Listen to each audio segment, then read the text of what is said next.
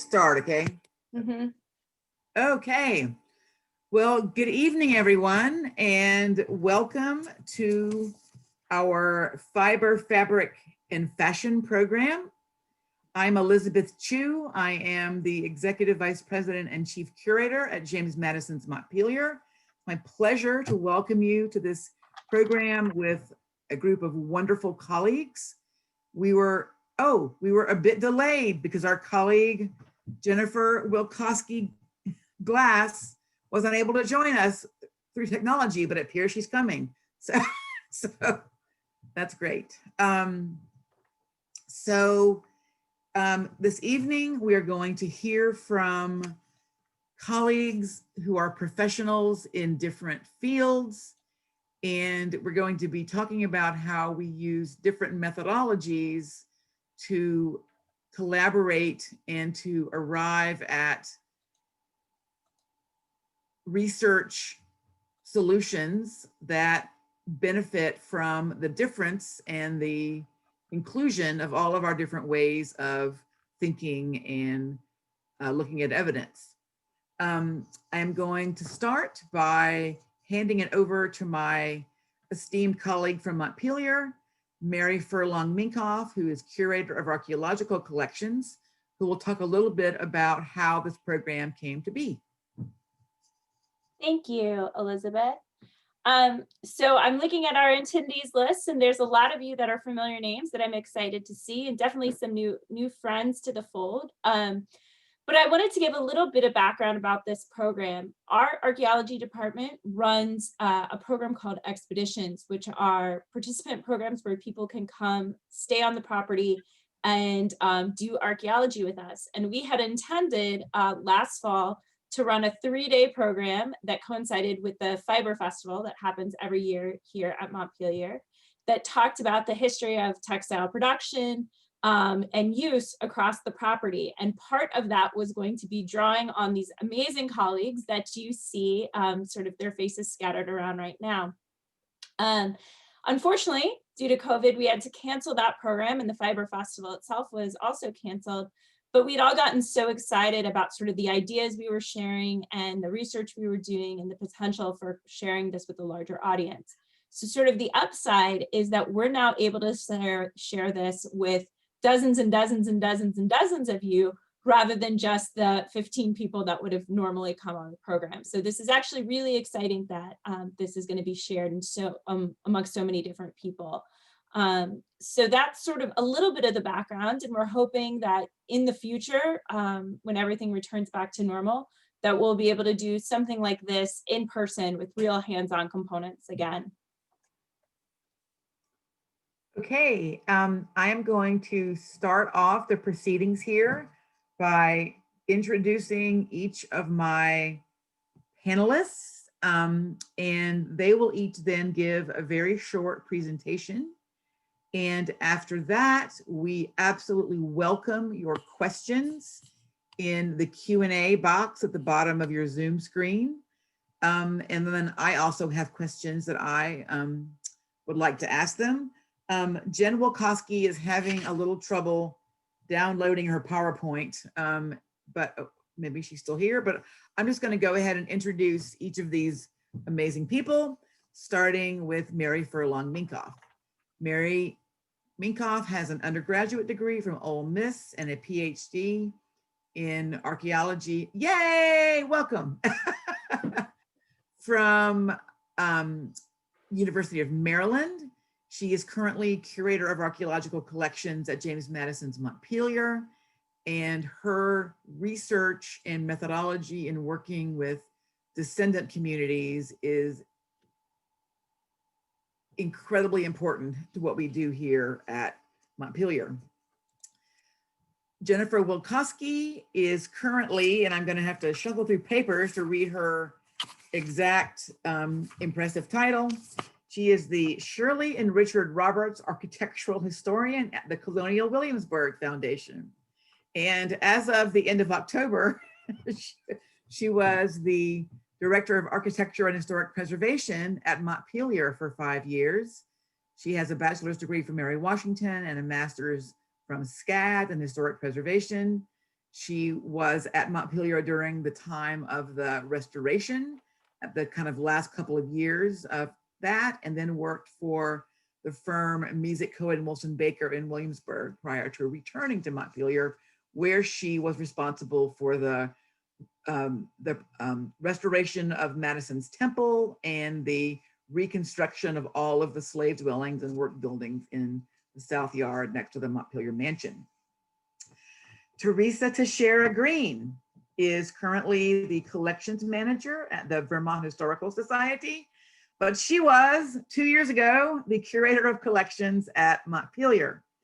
She has a BA from the College of William and Mary and a master's degree in the Corcoran School of Art Smithsonian Decorative Arts MA program. She left Montpelier to become the textile curator at the Charleston Museum before moving to Vermont. She was instrumental. She was the lead player in the final push for refurnishing Montpelier, in which, of course, Textiles played a very large role. We're thrilled to have her rejoining us this evening. Hillary Hicks is okay, I'm shuffling paper again. Here we go. Hillary Hicks is Montpelier's senior research historian. She came to Montpelier in 2010 and joined the research department in 2011. She provides documentary research in support of the Montpelier Foundation's many activities. And that is an extremely modest sentence written by Hillary. The point is that we wouldn't be able to do anything without Hillary. She's a graduate of the College of William and Mary again, and the Cooperstown Graduate Program in Museum Studies. She served as an historical interpreter at Williamsburg, as curator of interpretation at Tryon Palace in New Bern, North Carolina, and as executive director of the Roswell Ruin Site in Gloucester, Virginia. One of Hillary's particular research interest at Montpelier has been plantation operations, including crops, livestock, and domestic production. And last, but certainly not least, Jennifer Ogborn is curator of archaeological collections at Thomas Jefferson's Poplar Forest, where she specializes in the material culture of the 18th through early 20th centuries. Among her research interests are foodways and cooking, textile production and clothing, and environmental archaeology. She also has a background in theater and art history, which she draws on for clothing research. So we have an extremely well-qualified and wonderfully diverse panel here. And I'm gonna toss it again over to Mary to start with our short presentations. You're muted, Mary. There we go. I'm gonna share my screen and move this to slideshow from the beginning. So I'm going to talk a little bit about how we see textiles in the archaeological record. So there's a lot of challenges when it comes to textiles in the archaeological record. And so I found this picture of James Madison, and my initial thought was to black out everything we wouldn't see in the archaeological record, but that looked very sad. So instead, I'm just going to highlight it. The kinds of things that we would find that you'd see in this picture are things like this. This is a stock buckle, which would have held on the neck piece around his neck. A button, as you see the buttons going down his vest. He has some sort of, I don't know that it is a pocket watch there, but some sort of dangling accoutrement on his waist. So I included a pocket watch. A clip on his breeches, so kind of a knee buckle or right at his knees. And then a shoe buckle. So from all of the things, from all of his clothes, our best hope would be to find these small fragments. And I wanted to just let you know that every single one of these pieces was recovered here at Montpelier, but every single one of these pieces was recovered in an enslaved context. So none of these are from James Madison. All of these are found in enslaved contexts. And I think that's really important when we think about clothing and trying to figure out what people were wearing and who was wearing it. because not only are we looking at very, very small pieces and fragments of their overall outfit when it comes to the archaeology, it's spread out over across about 2,700 acres. The exception to the rule of those things are, generally speaking, the rule is that textiles don't survive in the archaeological record. The soils in this part of Virginia are acidic, and the constant change between being very, very wet and very, very dry means that textiles don't survive here. The only way for textiles really to survive archaeologically is that they have to be constantly wet or constantly dry. So they'll survive in bogs because they're kept wet in an anaerobic environment, or caves. But places like Virginia, where it pours rain one day and then is super dry for the next 3, doesn't work. There are some exceptions. This is a spur from the Confederate encampment, so it is a little bit later, but it is an exception because you can see that tiny little, what looks like a brown rectangle at the bottom, is a little piece of leather that survived because that was touching the brass of the spur, and there's another little piece of leather on the top bit of the brass. So there's actually a chemical reaction between the metal and either textiles or leathers that can happen to allow for their preservation, but the amount that we're finding is less than 1 centimeter, or maybe 1 piece of thread. So there is an exception to the rule, but it is a very, very tiny exception. So we discovered textiles in unexpected places. The biggest one that we discovered that Jen is going to talk about more is we discovered textiles by finding foundations of buildings. So what you're looking at here is an aerial photograph from 2 different angles of the foundation of the building that we determined was a spinning house. But this is what it looked like from our perspective. And it wasn't that we found an abundance of spinning related materials in the archaeological record, but the foundation itself that really tipped us off to look in that direction. The other place we find a textile in an unexpected place is in animal bone, and particularly teeth. So these teeth you see at the bottom of this picture are all goat teeth, goat molars and goat incisors, or sheep molars or sheep incisors. It is almost impossible archaeologically to tell the difference between goat and sheep teeth and bones, but we do have some references to merino sheep. So maybe these are the teeth of the sheep that would have been used to make wool. I think one of the other things that we find really interesting in the archaeological record is we find the most common objects, but they could be used in really different ways. So a very common object that we find are glass beads. So here you can see a painting of Dolly Madison where she's wearing some sort of beaded necklace. And then on the left is an illustration of enslaved African women in Brazil in the 1830s, many of whom are wearing beaded necklaces, beads in their hair, beaded earrings. So that's normally what we think of beads as adornment, but beads are also used for other purposes. And one thing that we have found is quite a few of these bone bobbins that are used for making lace. So you can see the bobbin at the top, but then you can see at the bottom how it is used to make lace, and that each of those bobbins has a glass bead on the end that helps the lace maker keep track of which bobbin they're using at the time, but also adds weight to the bobbin to create some tension. So thinking about beads beyond just adornment, but how they are used in the production of textiles is really exciting.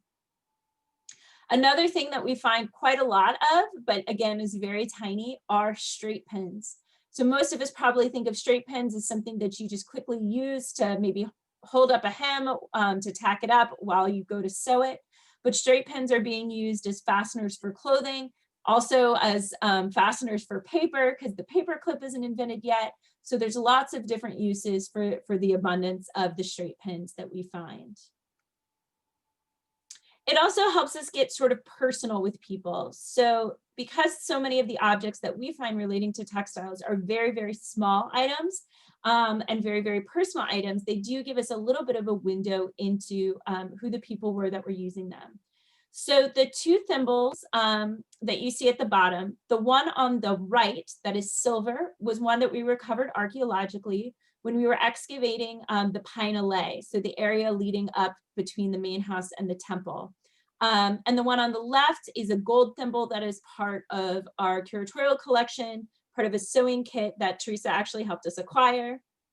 And it is part of a sewing kit attributed to Dolly Madison. So one of the first things we did when we found the silver thimble is we wanted to compare them, and we wanted to compare the sizes. So there's a size 8 on the one associated with Dolly, and the one that we found here archaeologically is a size 5. And so that was really exciting to learn about. Number one, I didn't know that thimbles came in sizes with numbers printed on them. I also learned that English sizing and American sizing work in reverse of each other. But the American-made thimbles started having their sizes printed on them earlier. So it's a good indication of where things are made and possibly who could be using them, because someone would tend to probably have thimbles of around the same size. So these are generally in the medium range. So they're not impossible to be used by the same person. But one that's a big outlier is the one on the top right. So that is actually one that is so small, although it doesn't have a size on it, it could be considered a child's thimble. So if I placed it on my finger, it would only fit on my pinky and just barely. And this is one that we found in an enslaved context. So thinking about the needlework of Dolly Madison, of Nellie Madison, of sort of the elite, but also the needlework and the skills of the enslaved community being learned at an incredibly young age. Sometimes it's not what we find, but how much we find archaeologically that really tells us a lot about the materials that are found here. So these collections of tiny, tiny embroidery beads were found at the Gilmore cabin, which is the post-emancipation home of the Gilmore family, built by George Gilmore, who had been enslaved at Montpelier. And his wife, Polly, as along with his daughters, were very involved as seamstresses. That's what their job was. And we found thousands and thousands of these tiny embroidery beads, along with straight pins and lots of buttons under the floorboards of the porch and of the cabin itself. So things that had fallen through the cracks. So these two collections of beads are separated by color, but they are from the exact same unit, the exact same level. They were all found right next to each other. And so finding the abundance really, really gives us an idea of the work being done on sort of a larger scale. Similarly, archaeologists, when they find lots of buttons, can often associate that with a place that laundry is being done, because often a lot of buttons get lost during the laundry process, and you can find those in the ground. So finding a whole lot of things can really give us an idea of how textiles are being used or produced on the property. So we just wanted to keep it to a short 5 minutes, but I do want to say, come dig with us. We are still doing that. And so you still have the potential to find your own object related to textiles. And the picture on the top left there is half of a button that was recovered just about 2 months ago by one of our expeditioners. And it was an amazing discovery that we found a Britannia button with tiny, tiny incised decorations on it. So it hasn't even gotten cataloged in the lab yet, but it was a really exciting find. So there's lots of those out there still to be found. And you can make a contribution to helping us understand the past in a different way. So I am going to turn off my share myself. And our next panelist to speak will be Jen Wilkoski.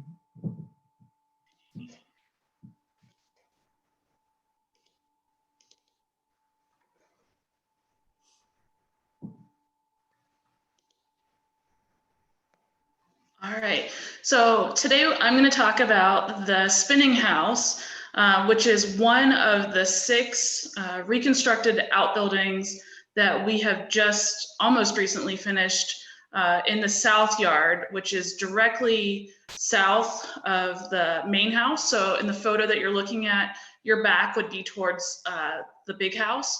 And this would have been the living and working space for the enslaved house workers. So the furthest building is actually would have been separated by a fence. And then you have 2 double quarters, 2 smokehouses, the kitchen, which we are currently reconstructing, and then the spinning house. We believe the two buildings that are closest to you were actually constructed in the 18th century, whereas the ones that are further away are the 19th century. And we started out reconstructing buildings by actually looking at the archaeology. So archaeology, obviously, is a big part of what we do at Montpelier, and I take what the archaeologists find, and I would look at those foundations and try to figure out what kind of building that we are working with. In this case, you can see here that, and this is a picture of the reconstructed building. I should have put that the last slide. But in this case, you can actually see the chimney base and then one of the foundation walls. In reconstructing this building, we also had a challenge as that we wanted to protect this big black walnut tree whose roots that you can actually see in the photo. And so that was a reason why you cannot see the other wall on the other side, but the building sort of cozies right up to that tree. And when we were looking at the foundations, it became very clear that this was a building that had a fireplace, and it had a continuous foundation, and it had all of the hallmarks of an 18th century building, which would have dated to the time period of James Madison Sr. instead of President Madison. And so some of the questions that I had when I was looking at this building is, what could it be? Because buildings such as smokehouses or lumber houses, which are sort of used as storage buildings, you wouldn't need a chimney or a fireplace to heat those buildings. And other buildings such as kitchens or laundries, you would have much larger fireplaces than what we're seeing here. So that just narrows the building size down to a handful of buildings. And for instance, slave quarters, work buildings like offices, and also spinning houses. So looking at that foundation, you can see that clearly here is the chimney base. And one thing we looked at very carefully, especially with Hillary's help, were the documents. So in this case, the lower document that I'm showing was sort of a starting point for us. When we were restoring the main house back from 2003 to 2008, we found this document in the Pennsylvania Historical Society. And it is an insurance document. After Madison's death in 1836, Dolly Madison was taking out fire insurance for the house and the contents of the house. And part of that process was to locate all of the closest outbuildings. And so when we began archaeology in the South Yard, we knew that this building that we were looking at was there, and at least in 1837, and it's listed on that map as a dwelling for servants. So that's our first sort of step, but that would have been in 1837. So it could have been a different type of building when it was originally built. And that's where we went and looked back at some of the other documents that we have. In this case, we actually have some of the Madison family's weather journals. And in 1789 entry, it is written, we're not sure who wrote it, but somebody in the family wrote that they were talking about planting a pecan tree in the yard next to the spinning house. So that gave us another idea that, okay, we have a building on the property that is called out as a spinning house, and presumably it's very near the main house. So when we were looking carefully at the foundations, that kind of ticked off a box for me that this building with this smaller fireplace could actually be a spinning house. So then we had to start the process of actually looking at buildings and spinning houses. So one of the things that I really used for my research was looking at mutual assurance policies. And these were these fire insurance policies that in the late 18th and early 19th century, if you owned a house, you could insure it just like you do today against fire damage. And these are really, really useful because not only do they list often the main house, but also buildings near the main house. So here on the left, you can actually see one of these policies. And then when you look at the buildings that they're insuring, you can see that one is listed, it's hard to read, but it's listed as weaving house. And so I went through these documents, and luckily the University of Mary Washington has a database. The documents themselves are not digitized, but they've been indexed. So I looked at all of the buildings that could possibly focus on textile production, and that include weaving houses, spinning houses, and loom houses. And the great thing about these documents is they also often give the square footage, or at least a footprint for the building, so dimensions that you could therefore get the square footage, and also a value. So in this case, you can see the little red box that I have here. You can see they've also done a little sketch of the building, and that one is B. That's your weaving house, and it shows an end chimney, very similar to what we found archaeologically, and it lists the building construction, the materials, so a wooden roof and wooden walls, and gives the dimensions. And here you can see that it is valued at $150. So taking all of these documents that I could find that related to textile buildings, I made a spreadsheet and then compared the square footage and the price per square foot from weaving houses, many of which no longer survive, unfortunately, to other buildings like kitchens, which tend to survive. And I actually found that weaving houses and loom houses and spinning houses all seem to be valued at more per square footage than a kitchen. And since we can look at kitchens because they survive, we also know what sort of the interior looks like and how finely detailed they are inside. And so that began the process of actually doing field work and looking at any surviving buildings relating to the textile production. And this is a great building in Louisa County at a house called Ionia, and they do have a spinning house. And they, while you cannot see the interior of the spinning house, they actually have a dairy as well.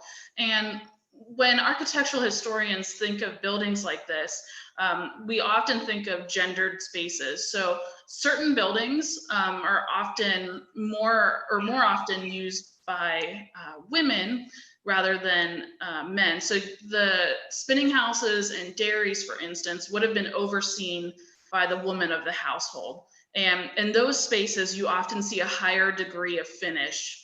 So here's a lower picture is showing the dairy building. And if you look very carefully, you'll see there's no plaster on the walls, but they went to the detail of actually beading the joists. So there's a little molding right here on those joists.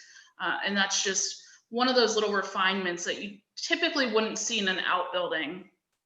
But that told us that maybe, again, with the weaving houses and spinning houses being valued at more per square footage, that's part of the reason, is because they're more refined inside.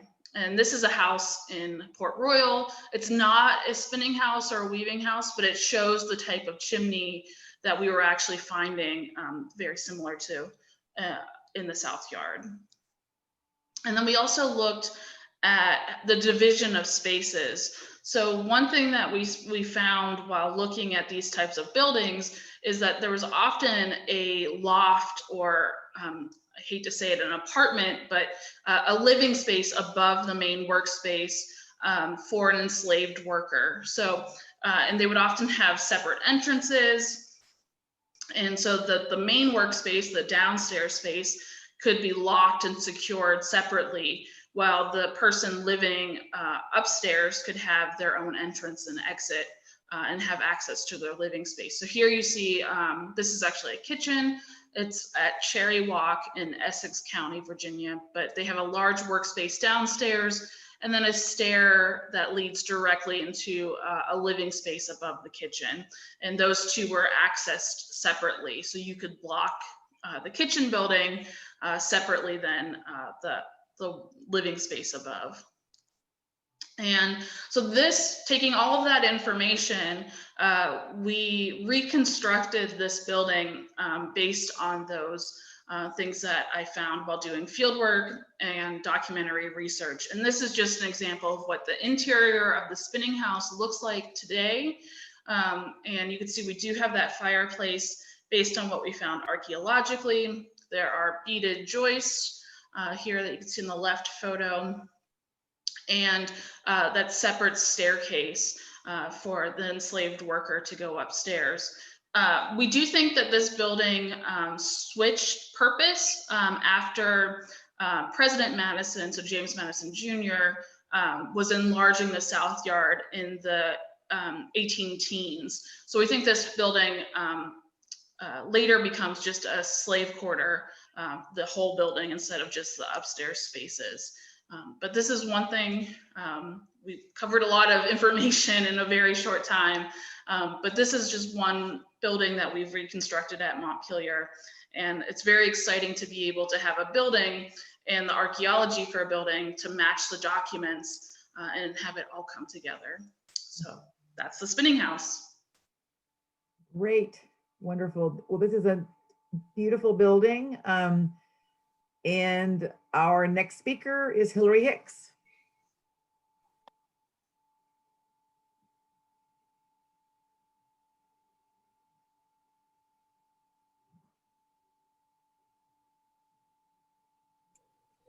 Okay. Hillary, you're muted. Oh, there you go. I think I'm not muted now. Okay, so are you all seeing the screen? Yes. Great. So we're going to take a quick look at the documentary record for evidence of textile production at Montpelier. And this is our first hint of the estate inventory of Ambrose Madison, is our first hint of textiles at Montpelier. And if you look down at the list of livestock, we've got 19 head of sheep, and we've also got a pair of sheep shears. So that's telling us they're not only using the sheep for meat, but also for wool. And then the first evidence for spinning and weaving equipment comes from James Madison Sr.'s account book. And so there are several people who are providing either goods or services for him and then getting credit on their account. And so we have butler Brad Byrne, who is apparently a wheelwright and also makes spinning wheels. So he provides a number of different types of spinning wheels, including a castle wheel, which is an upright sort of spinning wheel where the flyer and the spindle are above the wheel itself. So also in the James Madison Sr. account book, we find Thomas Bell getting credit for making a loom for Madison. And then some references to the process of spinning and weaving. The Madison Weather Journal has an entry that mentions laid down flax to rot. And rotting or retting is part of the process of preparing linen fibers. And essentially you're rotting away the stalk of the plant so that you can get the linen fibers to process them. And there's also some further evidence of linen production in Nellie Madison's 1829 estate inventory. That includes flax wheels and flax hackles, which are used to comb out the linen fibers. And then Jen has already shown you the original of that reference to the planting the pecan nut near the spinning house. And also in 1796, finished yarn or thread was apparently being stored in overseer Jimmy Coleman's house, and the house burned. And Madison Sr. commented that among the losses, there was enough spun stuff to have made 500 yards of cloth, some of which would have been wove up if Reuben had not been laid up with rheumatism, which has confined him from weaving for the last 3 months. So we have a name for at least one enslaved weaver right there. Now in the 18 teens, Madison and many others were caught up in merino mania, as Mary has mentioned. They were importing merino sheep in order to improve the quality of American wool. And in this quote, Nellie Willis, who is Madison's niece and a near neighbor, comments to Dolly Madison, who's up in Washington, that the merino yarn has turned out to be extremely difficult to spin, and you have not a good yarn spinner amongst your women. I wished Mrs. Gooch to do it, but she alleged the want of time as an excuse. Mrs. Gooch was the overseer's wife. And then we find the names of two other enslaved weavers in this letter from 1829, when Dolly was in Richmond and her brother John was taking care of things at Montpelier. And Dolly offered to have Harriet or Amy do some weaving for John. Now, looking at the fabric for clothing enslaved people, this fabric was not always made at Montpelier. And in 1788, James Madison was writing to the French minister that most slave owners were importing fabric for slave clothing and only have a little of it spun or woven by the enslaved. So the principal part is coming from Great Britain. And we can see in Madison's accounts, such as this one with a Fredericksburg merchant, Fontaine Maury, and he's buying large batches of cheap imported fabric. So that seems to happen a couple times a year when he's getting ready to issue new clothing for the enslaved workers. And the types of fabrics are significant because these are all cheap imported fabrics commonly used in clothing for the enslaved. So you have Osnaburg, which is a coarse linen or hemp fabric. It could be British or German made. Rolls, which is a coarse linen, and it's the weight for summer clothing. Plains is a coarse wool in a simple weave, winter weight, usually made in Wales. And Kendall cotton, despite the name, is not cotton. It was usually a fuzzy napped wool that came from Great Britain and called cotton just because the napping gave the wool a fuzzy cottony look. Now here we have some clothing of Anthony. Anthony ran away from Montpelier in June of 1786. And a lot of the clothing that is listed is made from the cheap imported fabrics that I mentioned.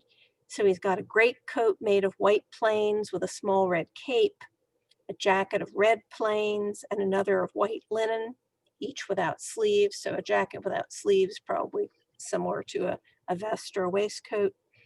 And then he also has an Osnaburg coat.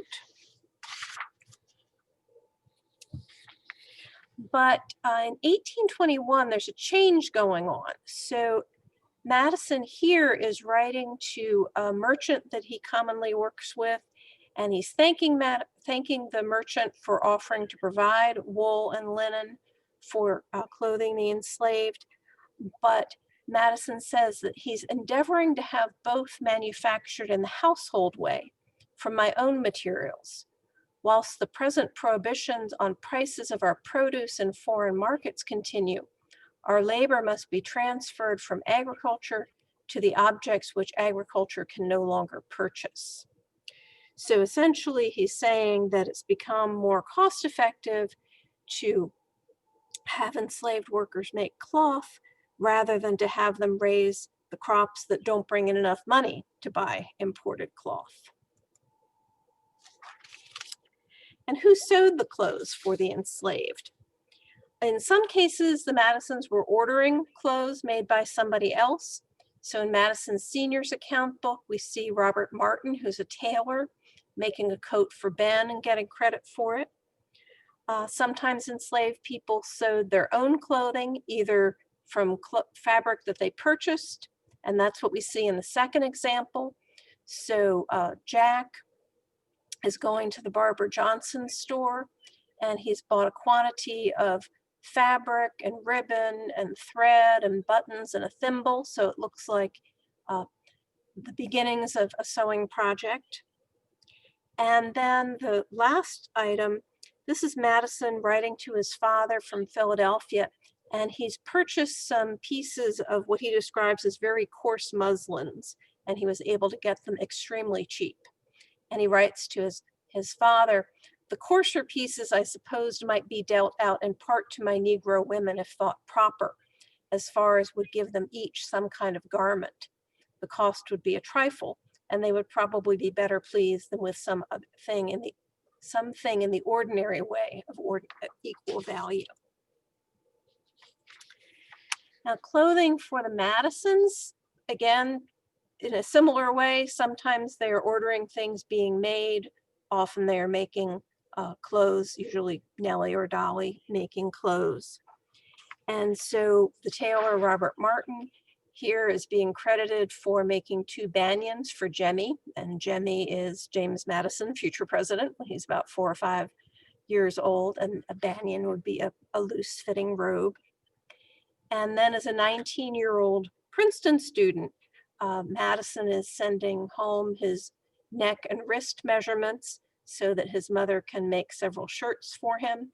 And I love the line that says, "I should choose she would not have them ruffled till I am present myself."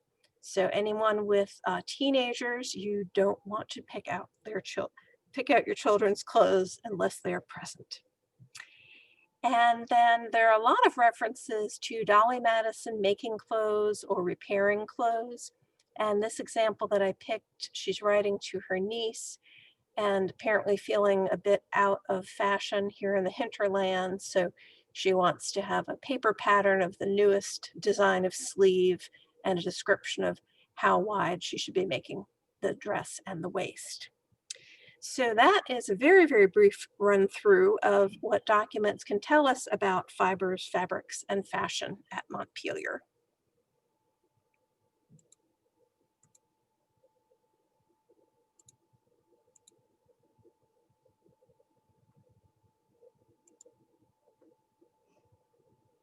And I'm trying to stop sharing. There we go. Now I've stopped sharing. Thank I you. was oversharing.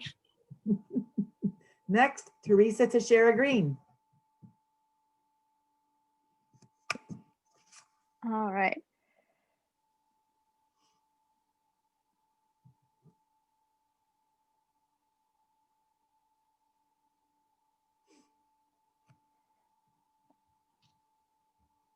Okay. Let me know if you can't see this. Otherwise, I'm going to start. So I'm going to spend my 5 minutes giving a broad overview of textile fibers, hopefully focusing on the bits that you as archaeologists would want to know if one ever survived being buried. I want to start off by saying that prior to the Industrial Revolution, textiles were some of the most expensive things that people owned.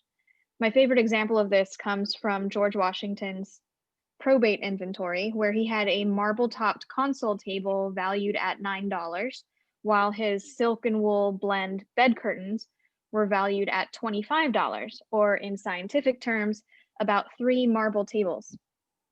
There were, of course, tiers within textiles that made some fabrics much more expensive than others.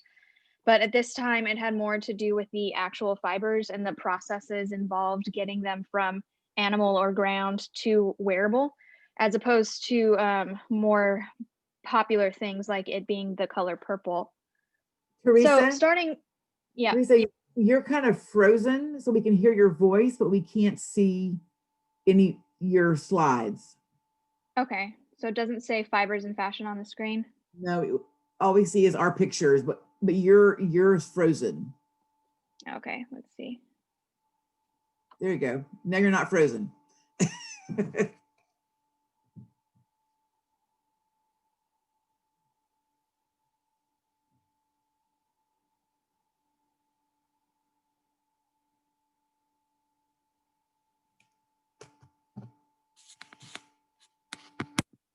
Is it showing my screen now? No. I'm on an iPad, and I guess it has security settings to where if you share your screen, but you leave the Zoom app. Well, you can just speak and we will have pictures, so that's fine. Mine is very pictorial. Is it okay if I figure this out while Jen does hers? Sure, Jen Ogborn, go right ahead.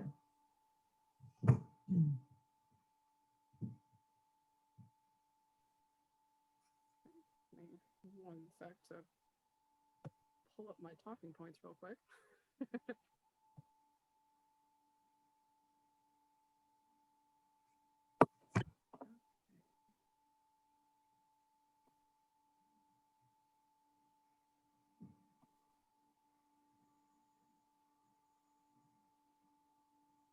Can you guys see my screen? Yes. Cool. So the first time I encountered clothing related artifacts that weren't buttons on an archaeological site, I was working in Montana, and I was cataloging artifacts that were excavated from a late 19th century laundry, and I came across these thin metal strips, and some of them had these little knobs and some had these ovoid metal things on them. And I realized that I was looking at corset busk, and I had never seen them before archaeologically, and I thought it was the most awesome thing I had found in that collection. And so that kind of started me down this path of, I already like historic clothing. How can I look at this archaeologically? So many years later, after I'd started at Poplar Forest, I came across one of these ovoid metal loops with a flat metal band. And again, I got excited. Corsets at Poplar Forest. So I decided to really dig into what I knew from my interest in historic clothing and to zero in on when this type of corset busk began being used, as it could be an indicator of time period in a layer. If you're unsure as to where Poplar Forest is, we're located in Bedford County, but also slightly into Campbell County, south of Monticello by about 90 miles in central Virginia. And around this time, I was also learning other parts of our collection, including these staple-looking metal pieces, which were identified as loom pieces. These are beater cradle pivots. So the arm that you pull towards you when you're weaving pivots in these staples, and you can actually pick up and move it along the teeth to adjust it to your preferred distance. And I've always been interested in historic clothing since I was a kid. My parents taught me how to sew, and I learned even more skills and techniques in college when I worked in a theater costume shop. And I'd been haphazardly collecting books and patterns and such on historic dress for a while when I started at this research at Poplar Forest. And I briefly considered historic dress as grad school, but I decided on historical archaeology in the end. So I sort of set it aside as a fun research hobby. But I decided as I was looking into these loom pieces that I was going to pursue this research from the archaeology angle and really learn as much as I could about textiles and how clothing was made, beyond sort of the theatered versions I learned in college. Since then, I've collected more books, taken workshops on historic construction techniques, looked at historic garments, and learned as much as I could from historic clothing experts. And I'm still learning. In conjunction with learning about the loom pieces, I started looking through Thomas Jefferson's plantation records because the volume of detail that he wrote down is enormous. Like other plantation owners, Jefferson rationed textiles, clothing articles, and occasionally sewing supplies to the enslaved community. Each enslaved person at Poplar Forest received a length of shirting, woolen, wool-cotton blends, homespun, and sometimes plains every year, as detailed in his farm book depicted here. Some years the allotment is listed individually, but sometimes it is listed by household. These lists of yardages and fabric types indicated to me that enslaved individuals, in particular women, as they're the ones listed next to the households as receiving the yardages, were receiving textiles from which they had to create their own clothing. Adult men received 3 to 5.5 yards of wool, women 3 to 5, and all adults received 7 yards of shirting fabric for shirts and shifts, and children variable lengths depending upon their age. So younger children receiving less yardages as opposed to older children. Jefferson also wanted his plantations to be self-sufficient, which meant that he wanted Poplar Forest to be able to produce enough textiles to clothe the entire enslaved community. In the 1790s, he directed his overseer to plant 1,000 hills of cotton for each enslaved person, and in addition, 2 or 3 acres of hemp. However, the cotton proved to be too expensive to maintain, and he switched to purchasing manufactured textiles. These two lead bale seals were found at one of the quarter sites at Poplar Forest and would have been affixed to the exterior of textile bales as proof of quality or of taxes paid. And wanting to speed up whatever manufacturing could be accomplished, Jefferson directed that mechanized hemp brakes used for softening the tough plants that can be used to make textiles to be used in the fields. He also sought to speed up the spinning process. At Poplar Forest, spinning knowledge was taught by adult women in their own cabins. Adult women supervised spinning in their homes and taught the skills to girls and young women, often their daughters, nieces, and granddaughters. Jefferson altered this structure in 1811 when he ordered Sally, then aged 14, and Maria, possibly around 13, to go to Monticello to learn to use the new spinning jenny machines he had purchased. Maria became very proficient with the jennies, and when she returned to Poplar Forest with a new machine, she was instructed to teach the other women how to use it, thus reversing the generational knowledge transmission cycle within the new spinning house. And we don't know where our spinning house is at Poplar Forest. We've looked into it, but because the plantation straddles two different counties, we have records for one county and not the other, since one is a burned county and one isn't. So we suspect the spinning house was in the burned county, unfortunately. So in 2017, the Archaeology Department began collaborating with Teresa Harris, who is a local Lynchburg playwright and director, who also serves as a member of Poplar Forest's African American Advisory Group, to produce a series of one-act plays depicting the lives of enslaved individuals owned by Jefferson. Teresa creates scenes and dialogues based on our research, and I design and construct the clothing that the actors wear using a combination of historical records, art, and some more art, existing historic garments, and artifacts from our archaeological collections. And this is where my theater background comes in handy, as although I'm working as a historian and an archaeologist, I also work with Teresa and the actors to agree on colors and examine movement ability in the clothes. The fabric purchased for the costumes are, budget permitting, as close as I can get to the textiles and textile blends mentioned in Jefferson's records, such as linen, cotton, cotton linen, wool, and wool blends. I use historical techniques as often as possible with modern materials such as plastic button molds, substituted on occasion for ease of laundering and for storage, but they are never seen by the public. For example, this brown petticoat, worn by this actress here, is made from a reproduction Virginia cloth, a blend of wool and cotton that was commonly mentioned in runaway ads. It's worn by local actress Victoria Williams, who has played a young woman named Edie multiple times across several stages of her life. So here she is depicted as a young mother. And she's also wearing a short gown made of yellow linen. The actors have stressed that this attention to historical authenticity of the costumes often inspires deeper connections between them and the people that they're portraying. And the one thing that they do complain about are the shoes, because the shoes are odd to them. And they always kind of look at me in panic when I say, oh no, your dress gets pinned together. And then I assure them that don't worry, we're using safety pins. We're not going to be 100% historically accurate. We're just going to hide the safety part of the pin so you won't get stuck with anything. And they always sort of have a fun time trying to figure out, like, wait, how does this go on? How it ties, everything ties. And we have a pretty good time trying to, figure out how to get everybody into their stuff. But it's a good event, and they do appreciate the costumes.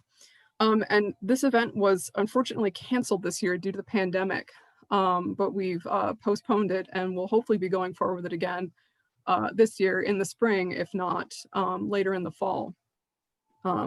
And this isn't the only event that we have started using the reproduction costumes, and we started incorporating them into other events at Poplar Forest.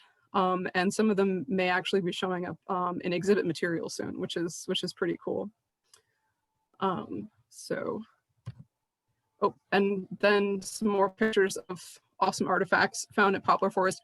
And all of these artifacts come from what we refer to as the quarter site, which is one of the main quarter farms from about 1790 to about 1815 at Poplar Forest. And there are tons of clothing related articles that are artifacts that come from this site, including a massive collection of buttons, including on the right, which is a sleeve button.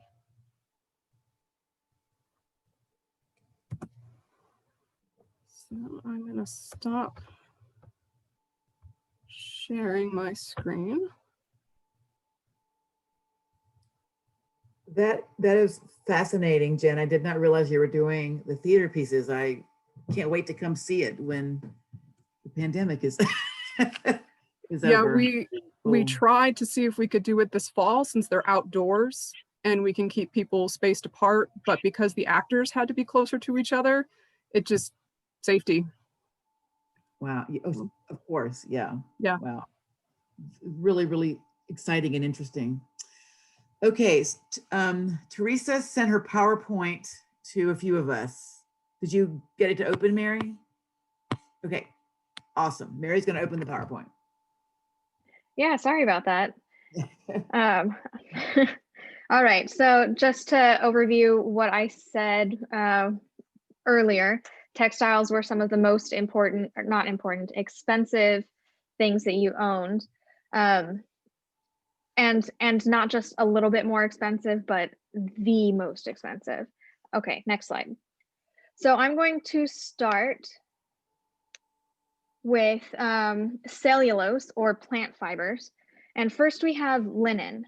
While you can definitely develop an eye for identifying pre-industrial fibers without magnification, they often begin to look the same when they're semi-rotted and fuzzed out. So I always suggest looking at them under a microscope. The images on the left of the screen is what you can see on a standard school lab type microscope. Linen under the microscope looks like bamboo because it's essentially a grass.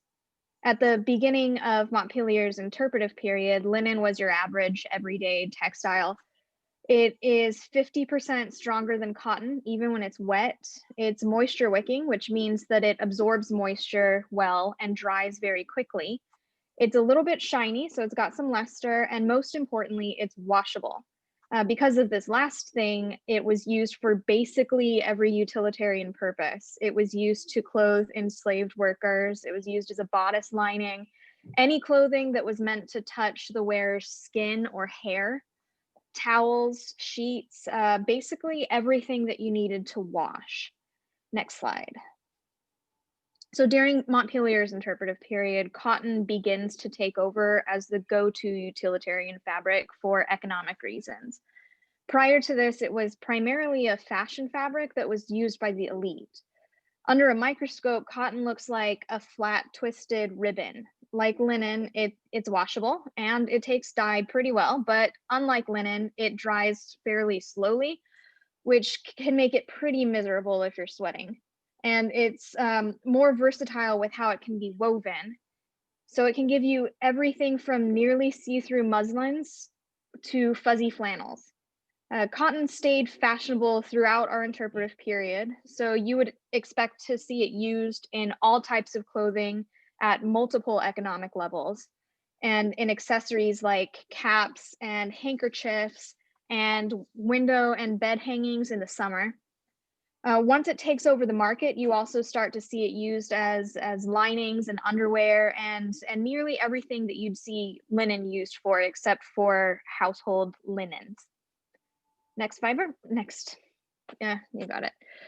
So wool is a protein fiber. It looks scaly under a microscope. All animal fur and hair, even human hair, has these scales, but they're more prominent in some species than in others. The lower image is closer to what you would see under a normal microscope. So that's what you have to look out for, is the little kind of translucent squiggles in the middle of it. And so wool is simultaneously the best fabric ever and the absolute worst fabric ever. It's insulative, so it keeps you very warm in winter, but it's also moisture wicking. So in the summer, it will absorb your sweat and dry incredibly quickly. It's also naturally pretty fire resistant, so it's good for clothes and textiles used in the kitchen. However, unlike linen, it is somewhat limited, or like linen, it's somewhat limited in the ways that it can be woven. And the scales that you can see on the fiber cause them to felt together when they're wet, especially in hot water, which makes them a bit difficult to wash. And to top it all off, it just feels awful when you wear it. So a lot of clothing purchased for use by enslaved people was wool. Some Osnaburgs are also made of linen, and the stuff that Hillary mentioned being in the building that burned, stuff is another word for wool. So low-grade wool, which is what they would have been using for enslaved people clothing, was very cheap to produce and to import. And of the other cheap options, it was one of the more utilitarian for year-round wear, unlike linen, which breathes so well that you really don't want to wear it in the winter. Next slide. And our final fiber is silk, which is the Tesla of textiles.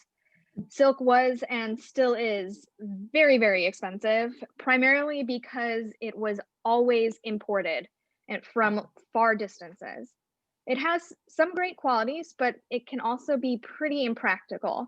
Under a microscope on the left, it looks like long, perfect tubes. Unlike the other three fibers, which are classified as staple fibers, silk is a filament, meaning that each fiber is so long that it essentially doesn't have an end. So you don't even have to spin it into a yarn to be able to weave with it. And you can kind of see that on the image in the right. They're lightly twisted, but for the most part, the floats on top of the weave they're not plied or multiple twisted parts twisted together. So it's also pretty insulative, like wool.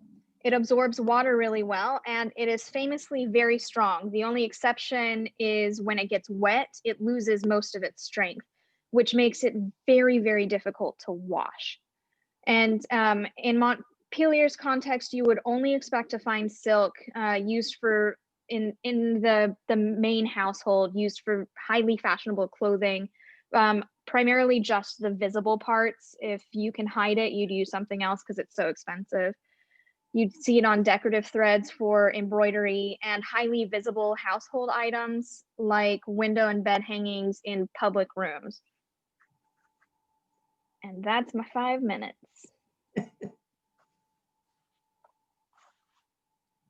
Thank you all so much. That was just amazing. I want to jump quickly to a few questions from the audience. Dale Hilton is asking about the Barbara Johnson store. Can anyone suggest some materials to explore? We certainly have some at Montpelier. Hillary, why don't you take that one? Sure. We actually don't know a whole lot about the Barbara Johnson store. The day book survives, and that is in special collections at the UVA library. And so a day book essentially is what the merchant is keeping track of the transactions as they happen day by day. The transactions are then copied over into a ledger book in order to keep track by customer of who owes the store how much money. But we don't know where the store was located. We don't know, we're not even sure who Barber and Johnson are. Barber may be Thomas Barber, and his family married into the Benjamin Johnson family. So it's probably some combination of that group of Barbers and Johnsons. But as far as being able to read up on it, there really isn't a lot of secondary material to read. There's just this one surviving day book. It's a really amazing survival because it enumerates enslaved people going to the store to buy things for themselves with their own money. Okay, were they spinning to make money or just for internal use? I would say mainly for internal use. There are other cottage industries that the Madisons were doing at different points in time where they were actually selling things like the blacksmithing operation in Madison Senior's time. That was something that was really outward facing, that they had external customers. I don't think spinning ever got to quite that level. I think a great comparison that you just made with the blacksmith shop is we have found one spinning house and we have found already at least 3 blacksmith shops on the property. So just to kind of understand the scale and production and that sort of more consistent production through time as well. What plant is used for linen? So linen is the flax plant, which is also called a linseed plant. So linseed oil comes from the same plant. It likes cooler climates, really wet. So it doesn't grow super well in Virginia, but people have managed it. But also unprocessed linen fiber is called flax. To process it, Hillary mentioned a little bit, you have to rot the outer part of it, and the inner core fibers are left. And then the heckle is a board with giant spikes, and you throw the fibers onto it and then pull them, and the spikes kind of brush them out, like you would do to a kid that you hated, but it grows in Europe really well. A question about cotton. Did cotton become popular and cheap because it was produced in America? Yeah, it was produced, and also because it was produced using enslaved labor. Yeah. And then one more question about silk. You said silk is very difficult to wash. Thai silk from Thailand, Thai silk is very washable. Can you explain why Thai silk is washable? So silk itself is fine to wash. You can get silk wet. It does stain with water if you just put a drop on it, but if you completely submerge it, you can get the water stain out of it. The problem is that it gets so weak, especially when it's sewn onto other fabrics, pulled really tight, and in it you have metal bits on the fabric that are all pulling on it from different directions, especially if you're washing in a historical way, which is putting it into a giant barrel, boiling it and beating it.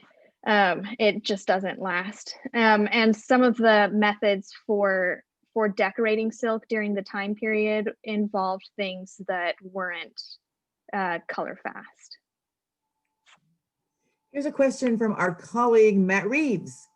What would be the most common artifact that might be found at a spinning house that would survive in the archaeological record? Jen Ogborn, you touched on the iron adjuster, but is there anything else? It's possible that the spindles on wheels could survive. The only problem is they also look like heckle teeth, especially if they've gotten rounded off. And they also look like other farm implements that have similar teeth. So we have 2 in the collection that I have tentatively cataloged as either parts of spindles or heckles or some other farm implement. But the context they're in isn't strong enough to say which one or the other. And those 2 loom pieces were found actually near the kitchen. And we don't think the spinning and weaving house was there during Jefferson's period. So I'm not quite sure how they wound up over there. It's possible that the loom was there temporarily or for a short time, but yeah, it's tough. Like I've tried to make a list of like, what is the archaeological assemblage of the spinning house? We didn't really find anything at Montpelier, right, Mary? I would say there was nothing that I could confidently identify as associated with it. That being said, there could be bits of iron that we did find that maybe got identified as a, diagnostic shape, purpose unknown. But we did go through all of the, questionable pieces with a blacksmith and with, some experts to see if there was anything we could for sure say, but I feel like I want to go through it all again now and send pictures of it down to Poplar Forest to have Jen look at them. But the majority of what we found was from the 19th century domestic context rather than the 18th century context. So I'm going to back up now here and ask more of a meta question, because I think what you've all done here is illustrate the critical importance of interdisciplinary and collegial work. So each of you has a different piece of the puzzle. Can you all talk a little bit more about how we collaborate across disciplines to better understand the past? And feel free to jump in, anybody. Well, I'll start, because in some ways, it often starts with whatever it is we found in the ground. I know that sometimes is backwards, but I feel like how at least it feels from my perspective is we find a thing, and sometimes the thing is a building or it's an object, and we either identify it or we don't know what it is. And then the next step is to figure out what it is. And depending on whether it's a small object or a building, then we reach out to the experts in the documents, in the architecture. And while Teresa was here, I would often send her pictures of buttons or other particularly clothing or textile related objects. And so I think often we are sort of step one in some ways of the process, because the things are coming up, and it's sort of a catalyst for interpretation. Maybe that's an archaeologically centered perspective. But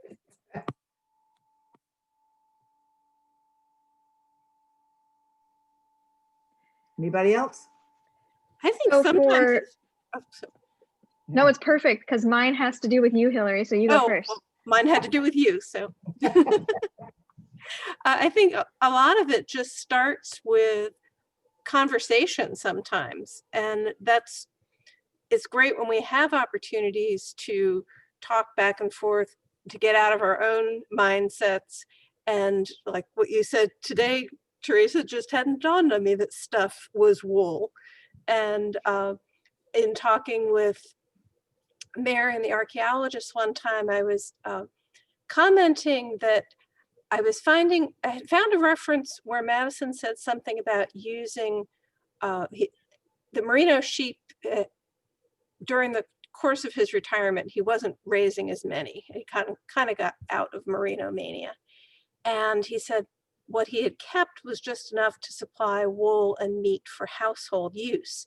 And when he says household, he's usually talking the broader household to include the enslaved community as well as his immediate family. And I thought, well, that's interesting, because all the documentary references that I see to enslaved diet, it's always pork.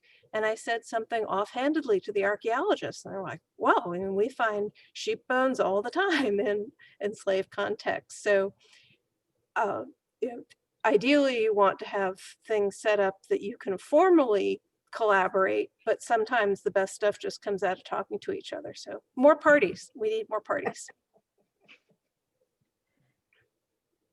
And in between Mary and Hillary, if you're trying to paint a picture of what a room looked like in time, Mary can give you the things that still exist and have been found definitively in that space.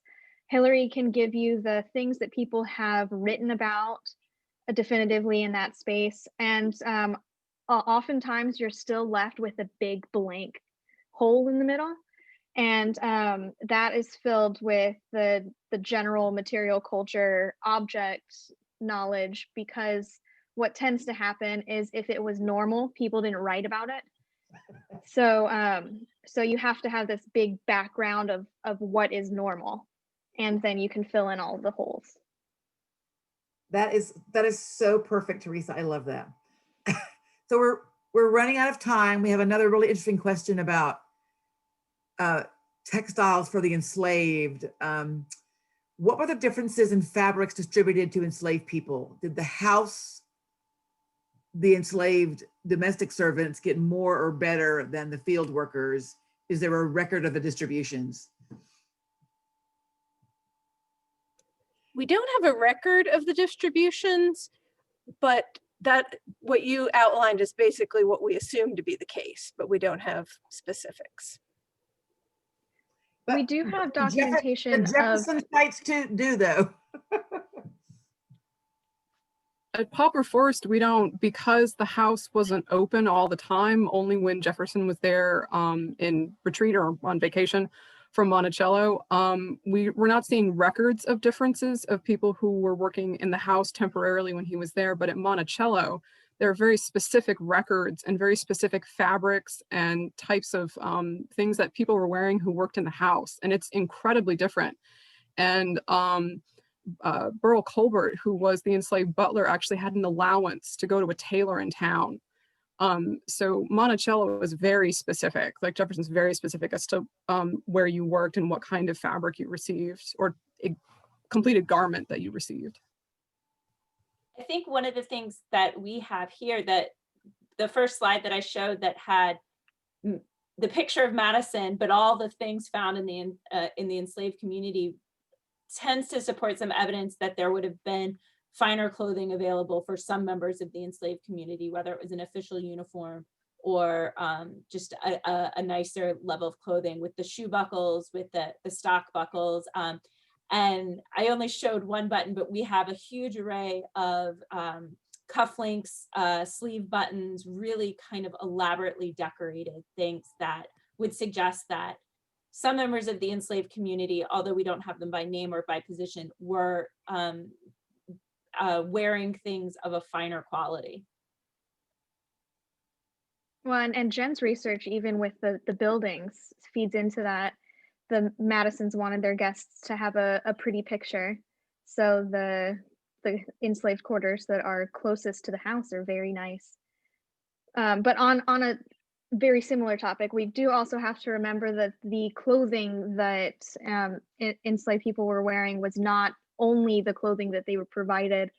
They we have documentation of them purchasing clothes on their own time and own money, and people complaining about it too, that they thought that the enslaved people dressing up fancy was inappropriate because they should not be happy and they should not be prettier than me.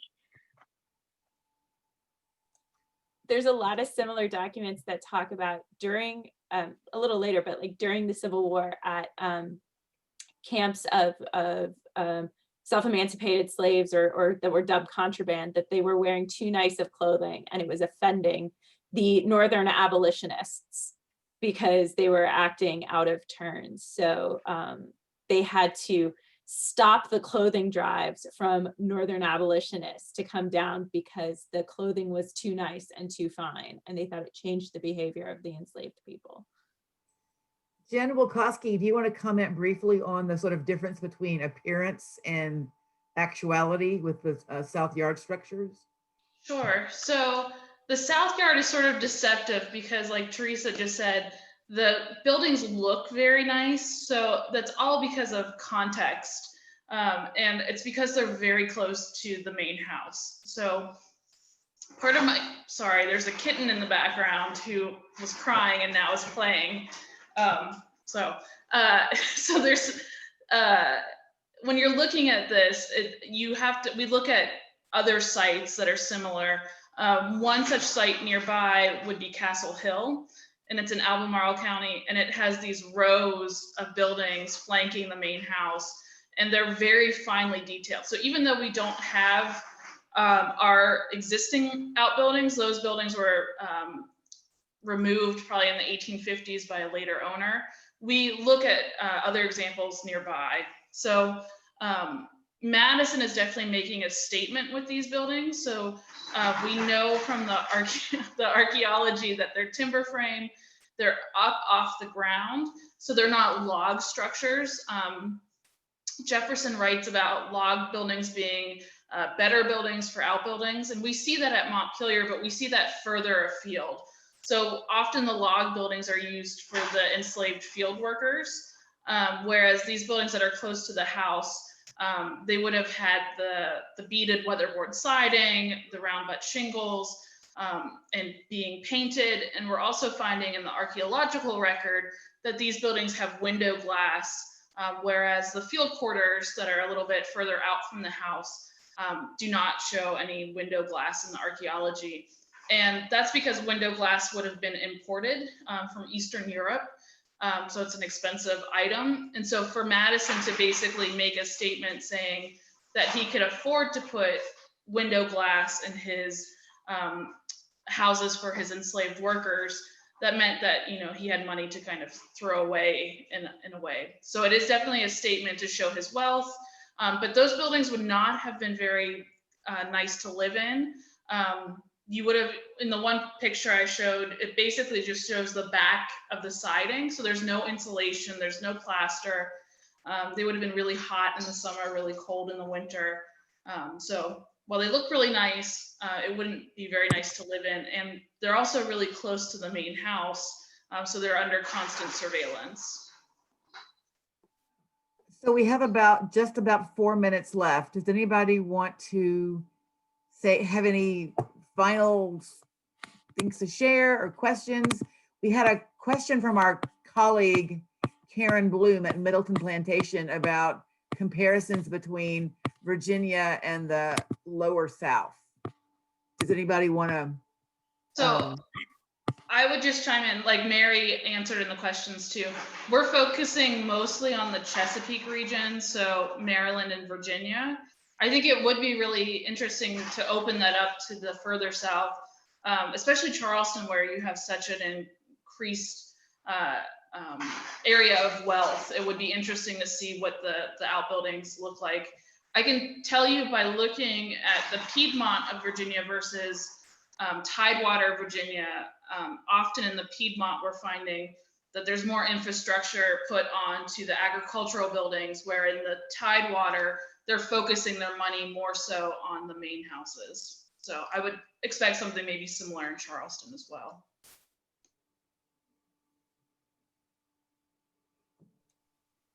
I've looked at the clothes in Charleston, and it's what's normal there is kind of the same as what's normal in Virginia. But you wouldn't be able to make a direct comparison to Montpelier being rural and something in Charleston because it's a city, and that's the bigger difference when it comes to the clothing and textiles. And Charleston had a much greater access, being an international port.